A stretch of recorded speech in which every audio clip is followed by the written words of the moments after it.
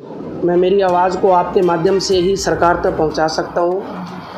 हम जनता की समस्याओं को आपके माध्यम से ही पहुंचा सकता हूं।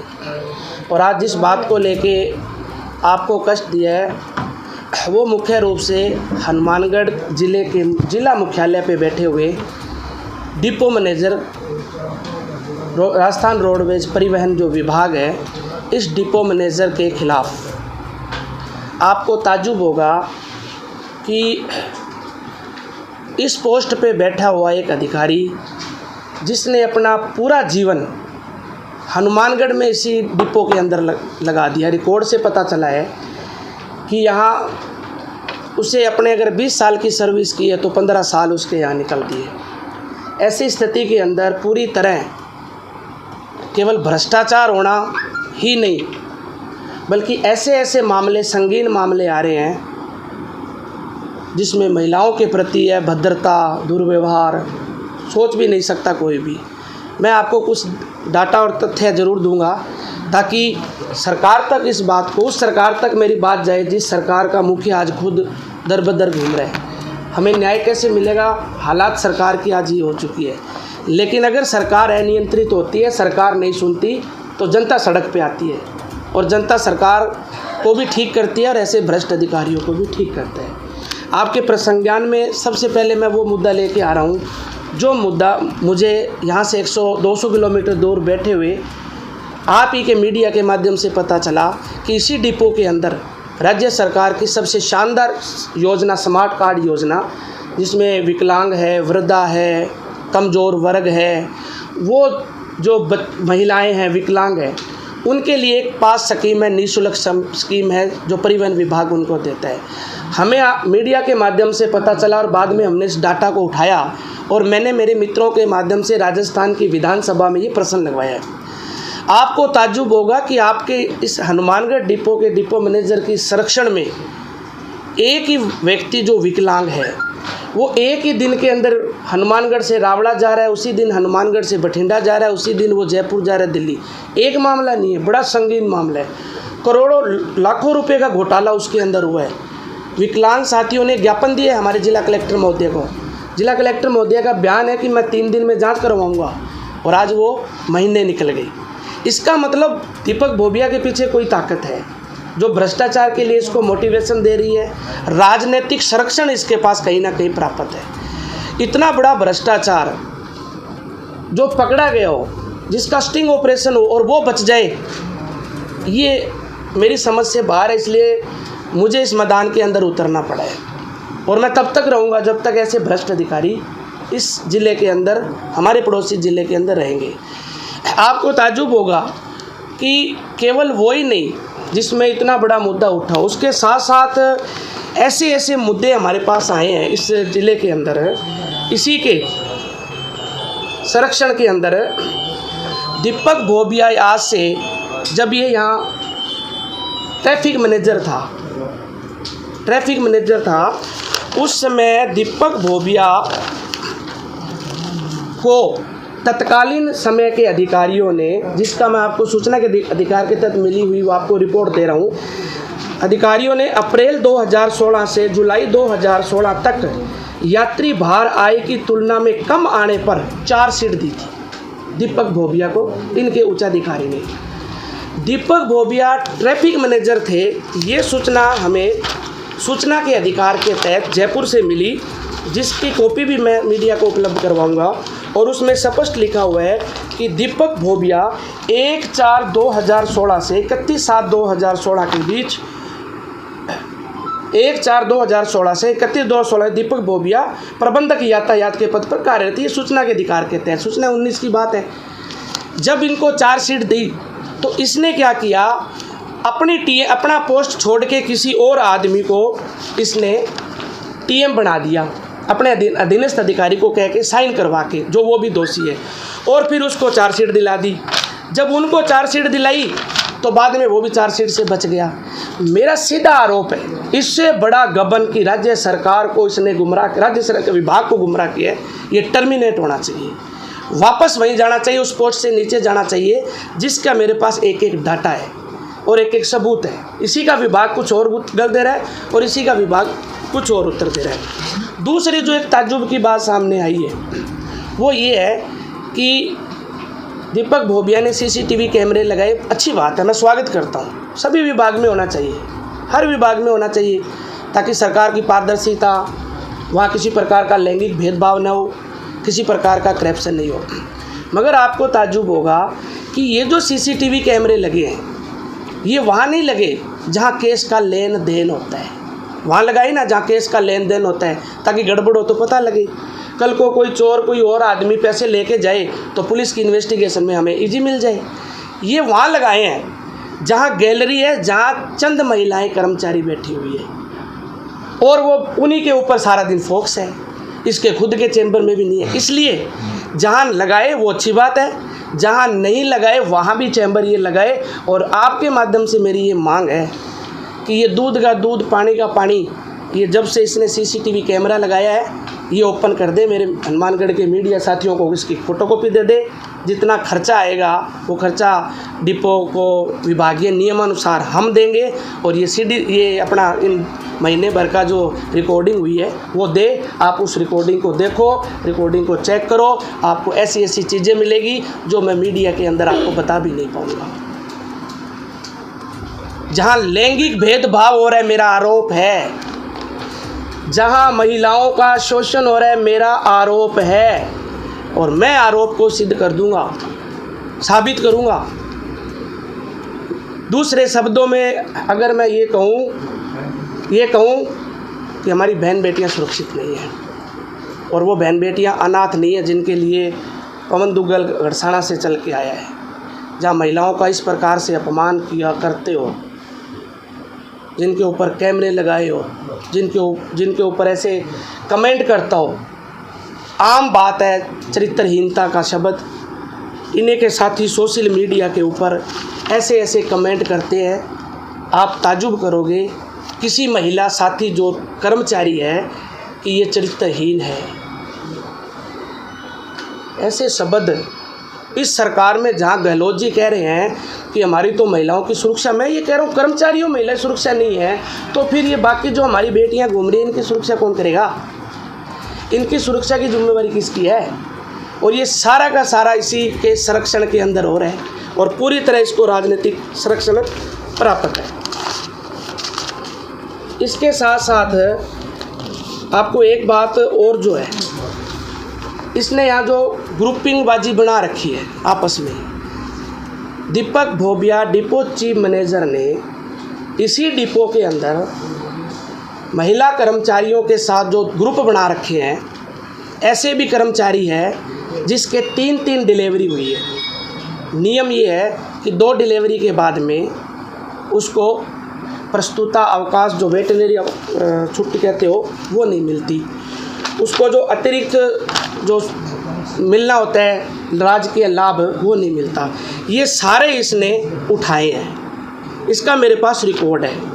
रूल बुक की कॉपी अगर आप मांगोगे तो मैं रूल बुक की कॉपी दे दूंगा, जिसमें 3 बच्चे हो और तीनों जिंदा हो। तो इस प्रकार के कार्य इस डिपो के अंदर यहाँ लगातार चलते आ रहे हैं। और ये जो मैं कह रहा हूँ, मेरे पास तमाम सारे इसके डॉक्यूमेंट, तथ्य, सब कुछ मैं लेके बैठा हूँ।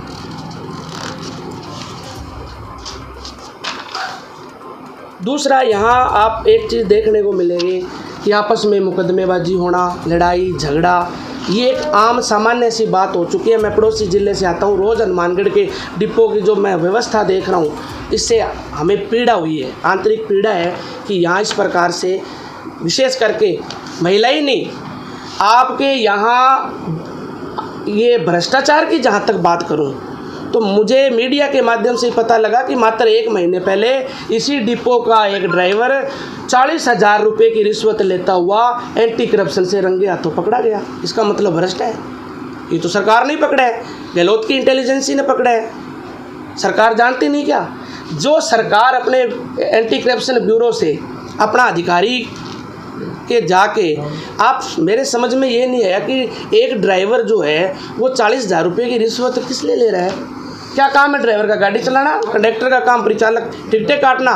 लेकिन यहाँ इसी डिपो के अंदर जूनियर लड़के 25-30 साल 32-32 साल के लड़के जिनको कंडक्टरी करनी चाहिए वो सारे इसने यहाँ बिठा रखे हैं। ये आप आज की ड्यूटी चार्ट से ले लो, आज की ड्यूटी चार्ट से ही आपको पता लग जाएगा कि वहाँ किस प्रकार से अपने चहेतों को बिठा रखा है और ये काम करवा रहे हैं। और मेरी चार्ज है ये कि एक जिस बात के लिए एंटी करप्शन ने छापा मारा हो और वो एंटी करप्शन से छापा मरवाने वाला इसी का ही कर्मचारी, वो इसी का ही विभाग का है, वो हमारा नहीं है, दूर से नहीं है, इसी विभाग का एक कर्मचारी कहता है पैसे मांग रहा है, डिपो मैनेजर पैसे मांग रहे हैं और डिपो मैनेजर बच गया।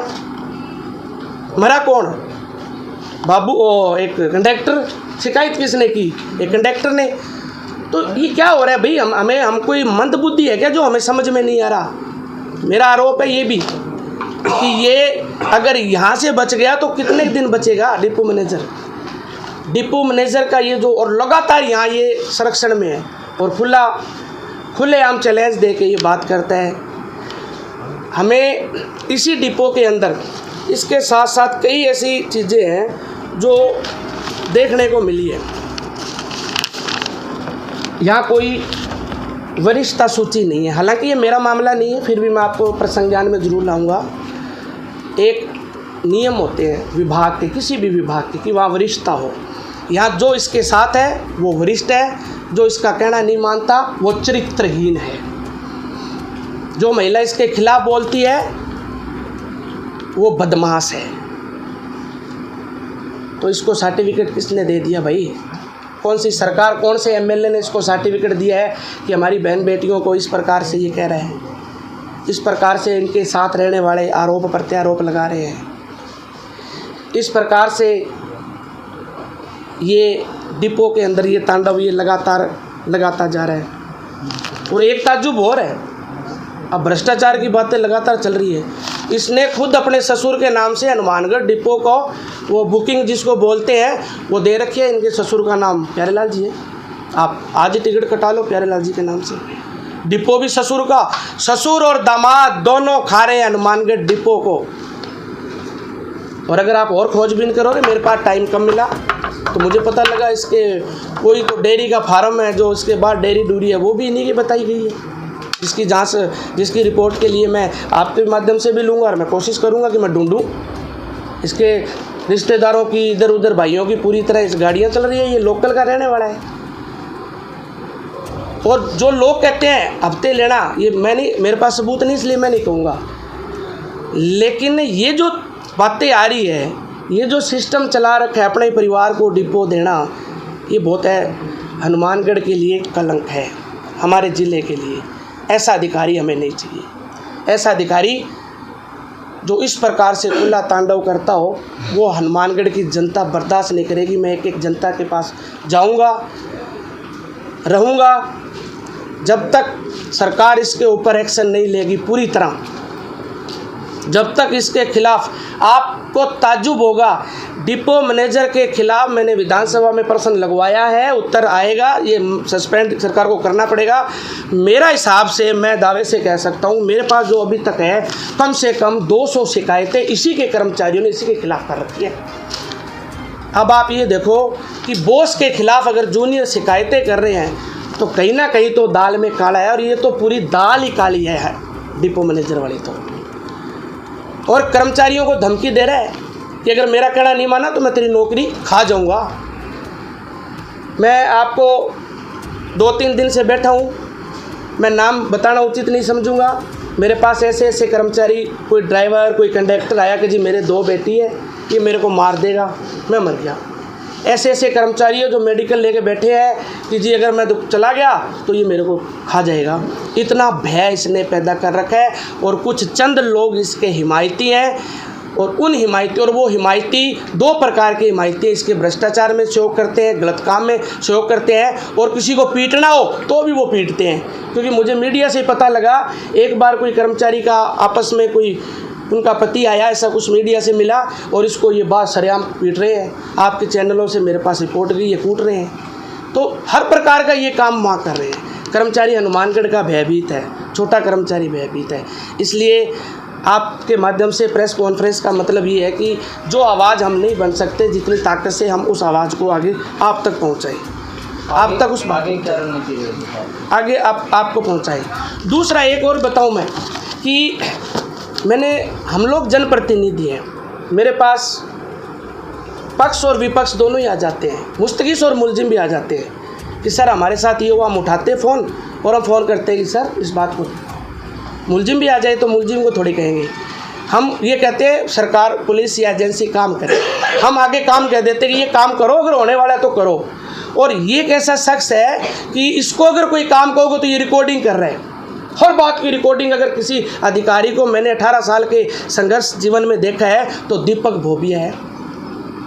अगर इसको कोई काम कहोगे, आप मीडिया वाले भी अगर बात करोगे तो आपकी भी रिकॉर्डिंग करके रखता है और अगले को एक्साइटेड करता है, अगले को मोटिवेशन देता है, अगला कुछ कह देता है, ये कहता है ये देखो जी उसने मेरे को ये कह दिया। इस प्रकार का अधिकारी जो हर एक की रिकॉर्डिंग करे, उसकी रिकॉर्डिंग रखे, ये बहुत बुरी बात है। आज भी आप इतने बैठे हो, कोई भी एक साथी इसको फ़ोन करे और ये बात रिकॉर्डिंग करेगा और इसके शुभ चिंतक से मैं 2 मिनट में इसकी रिकॉर्डिंग मंगा दूँगा, ऐसा हनुमानगढ़ में नहीं चाहिए भाई। और मेरा इससे भी बड़ा आरोप ये है कि हमारी बहन बेटियों को ये मजबूर कर रहा है। मेरा ये आरोप है कि उनको ये गलत आँखों से देखता है, उनके ऊपर गलत कमेंट करता है। मेरे पास सबूत है, इसलिए मैं अभी सरकार से, यहाँ के कलेक्टर महोदय से कहना चाहता हूँ कि दीपक भोबिया को पता नहीं किन्होंने पाल रखा है। ये कलेक्टर साहब को भी चाहिए कि इनके अधीनस्थ जो विभाग है उन पे निरीक्षण करें, उस विभाग को देख ले। ऐसे ऐसे अधिकारी जो महिलाओं पे कमेंट करे और महिलाओं पे गलत नज़र रखे और कहना नहीं चाहता बिस्तर तक लेके आने की कोशिश करे, ये मैं बर्दाश्त नहीं करूँगा। और मैं इन बच्चियों को लेके, अब तो राजस्थान का चीफ मिनिस्टर कौन है किसी को नहीं पता लग रहा, पर कल तो बनेगा। अगर फिर भी नहीं हुई, इन महिलाओं को लेके राजस्थान के मुख्यमंत्री के सामने जाऊंगा और ये सारी बातें मुख्यमंत्री को उन लड़कियों से कहलाऊंगा। ये लड़ाई बंद नहीं होगी। और आज मैंने जो प्रेस कॉन्फ्रेंस की है ना, वो सिर्फ मैंने की है। मैं नहीं चाहता कोई कर्मचारी मेरी, अब तक मैं नहीं चाहता मेरी बहन बेटी कैमरा के आगे आए, लेकिन अगर पाप का घड़ा भरेगा तो फिर मेरी बहन और मेरी बेटी मैदान में आएगी और हम लड़के दिखाएंगे। हम अपने चरित्र को भी बचाएंगे और आरोप को भी बचाएंगे, और ऐसा रावण राक्षस रूपी जो हनुमानगढ़ में है उसकी लंका का दहन भी करेंगे। ये मेरा दीपक भोबिया के ऊपर सीधा आरोप है। मैं चाहता हूँ कि कलेक्टर, सरकार, एमडी और जो कुछ का ये सारे लेटर हमने भेजे हुए हैं, विधानसभा तक घेरा हुआ है, इस आदमी को यहाँ से टर्मिनेट किया जाए। और अगर ये आदमी फिर आने वाले टाइम में कुछ करेगा तो फिर इसकी जिम्मेवारी यहाँ के कलेक्टर की भी होगी, इनके विभाग की भी होगी। और दोबारा अगर कोई हमें ऐसी शिकायत मिली तो ये हम बर्दाश्त नहीं करेंगे। इसके लिए लड़ाई लड़ेंगे, संघर्ष तेज़ करेंगे। पहला मेरा जो काम है वो मैंने आपको बता दिया, और जल्दी चीफ मिनिस्टर अगर जल्दी नहीं बनेगा और राजस्थान में ये अनियंत्रित डामाडोल रहा तो डिपो मैनेजर के डिपो के ताला लगा के बैठूंगा, बंद करके बैठूंगा मैं उन बच्चियों को लेके। बस बाहर जाएगी, बस बाद में जाएगी, डिपो मैनेजर पहले यहाँ से जाएगा। मैं चुनौतीपूर्ण कह रहा हूँ ये बात मैं क्लियर कह रहा हूँ, कहीं लाग लिपेट नहीं है। ये एक आदमी हमारे पास बैठा है, इसी रोडवेज के अंदर सारी उम्र सेवा की है, रिटायरमेंट होगा, मेरे इलाके का है, चल नहीं सकता, यहाँ से रोडवेज में रोता हुआ यार, अब आदमी को भेज के लाओ। इस आदमी की इसने सारी टीए सैलरी मेरे को देना, सब इसने रोक के रखी है। किस लिए पैसे मांग रहा है दीपक भोबिया? क्या दोबारा एंटी करप्शन के पास जाए? क्या दोबारा एससीडी हमारी मदद करेगी? जिस एससीडी ने दारा सिंह ने एससीडी इसको पकड़ाया, ये दारा सिंह का इसने जीना आराम कर दिया कि तूने मेरे को एससीडी में पकड़ाया। जो दारा सिंह के साथ थे कुछ, उनका जीना आराम कर दिया कि तू मेरे को एससीडी में पकड़ाया, मैं तो बच गया, अब तुम्हें नौकरी करना सिखाऊंगा। क्या फिर दोबारा हमें इस जसविंदर सिंह को दारा सिंह बनाना पड़ेगा मेरे इलाके के आदमी को? क्या मुझे दोबारा एससीडी? और मुझे एससीडी पे कोई विश्वास नहीं है, एंटी करप्शन ब्यूरो पे। मेरा आरोप है एंटी करप्शन ब्यूरो पे कि वो चोर को छोड़ रहे हैं, चोर को छोड़ रहे हैं, वो असली को, और उनके ये जो पेंदे इनको मार रहे हैं। एंटी करप्शन को पता नहीं क्या काम कौन कर रहा है कौन नहीं कर रहा, उन्हीं पे मेरा आरोप है। और मैं आज कह रहा हूँ कि हमारा एंटी करप्शन पे विश्वास बिल्कुल टूट गया। क्योंकि जो शिकायत की है, ऐसे ही डिपो में अनूपगढ़ का मामला है, जिसने एंटी करप्शन की मदद की वो आज रोता फिर रहे हैं। दारा सिंह ने भ्रष्टाचार उजागर किया, गहलोत की वाहवाही करी, जो कहता है मेरे पारदर्शी शासन है, वो दारा सिंह रोता फिर रहा है अपने बच्चों के। और इनमें कोई भी आदमी मानसिक प्रताड़ित है। मैं अभी एक आपको बता दूं, घड़साना के अंदर हमारा वकील था विजय झोड़, पुलिस ने टॉर्चर किया और उसने आत्महत्या कर ली। और यहाँ भी अगर कोई कर्मचारी आत्महत्या कर लेगा, ये कलेक्टर भी और सारे सस्पेंड करूँगा, सारे दोषी होंगे। मैंने नज़दीक से देखा हूँ, मैंने इन लोगों को, ये सारे मतलब मानसिक रूप से प्रताड़ित हो चुके हैं, मानसिक रूप से। कोई भी कर्मचारी के अगर कुछ हो गया तो दीपक बोबिया और ये कलेक्टर ये सारे जिम्मेवार होंगे। मैं चाहता हूँ इनकी सुरक्षा करे। ये बात गंभीर है, बहुत गंभीर है। हमारे पड़ोसी ज़िले में बार संघ का अध्यक्ष पढ़ा लिखा वकील ने ये कर लिया है। जब आदमी के ऊपर हमले होते हैं शारीरिक मानसिक, वो परेशान होता है। और दूसरा उदाहरण ये है, जसविंदर सिंह इसका नाम है, डॉक्यूमेंट मैं दे दूँ, सरकार सिक्कर के डिपो ने ये लिख के दिया हुआ है कि ये सारा रिकॉर्ड है वो दीपक बोबिया के हनुमानगढ़ डिपो में है। और ये कह रहा है मेरे पास खुर्द बुर्द हो गया, मेरे पास गुम गया। कहाँ गुम गया भाई, ये क्या कर रहा है? सस्पेंड होना चाहिए दीपक बोबिया, और गुम गया तो।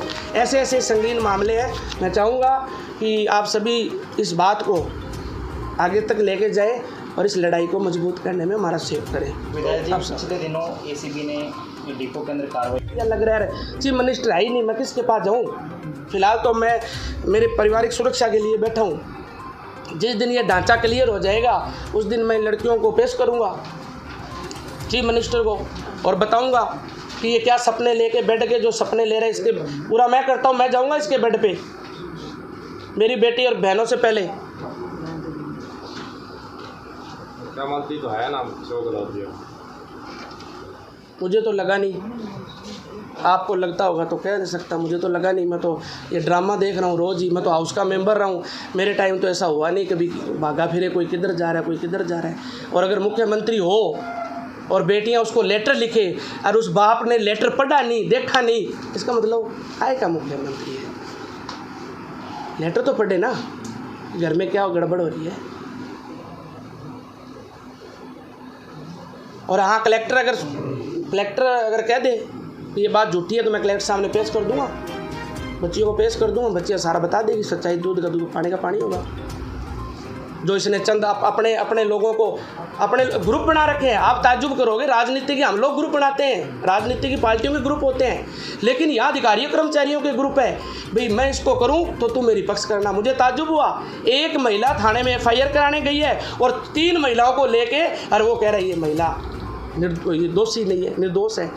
क्या किसी महिला का रेप हो जाए और दूसरी महिला उसके पक्ष में आ जाए मुलजिम के, और वो ये कहे कि नहीं इसका रेप नहीं हुआ, तो वो चाहे वो महिला हो, उसके बात की कोई तथ्यात्मक और सही नहीं कहा जा सकती।